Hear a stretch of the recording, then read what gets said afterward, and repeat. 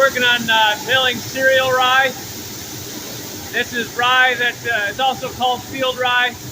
This is rye that I grew, and I intend to plant as a cover crop. So I wanted to clean it out to get any of the big chunks of like seed heads and stuff that could be in there, and any weed seed and stuff out of it before we put it back in the ground. So we got the fanning mill running behind us. Izzy's up there manning the wagon, making sure we don't get too full. Over here we got the truck that's got the rye, the dirty rye in it, coming out, going up into the tank overhead. There's the dirty rye. It's not too dirty, but just needs a little cleaning. Going up to that orange wagon up top there, and then coming down into the fanning mill.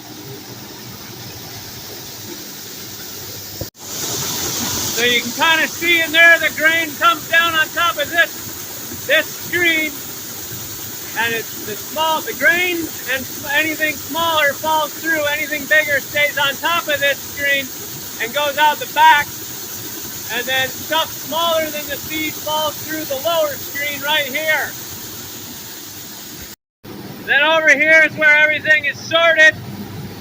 So this is the big stuff that's coming out. A lot of that is thistle seed. That was my main reason for wanting to mill it, was to get rid of that thistle. This is small stuff in here that comes out of the fan part up top. And this is the small stuff that comes through that bottom screen.